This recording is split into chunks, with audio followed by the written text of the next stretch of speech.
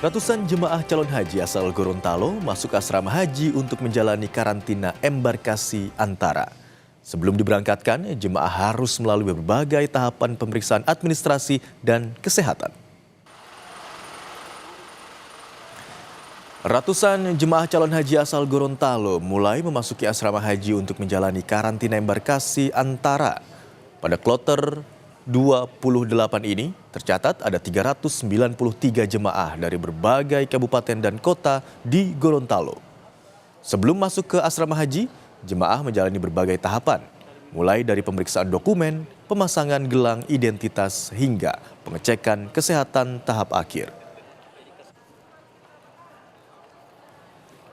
Ini adalah kloter perdana kita ya, untuk Kemenhaj Perdana kloter 28 PG Gorontalo yang jumlahnya 393 jemaah.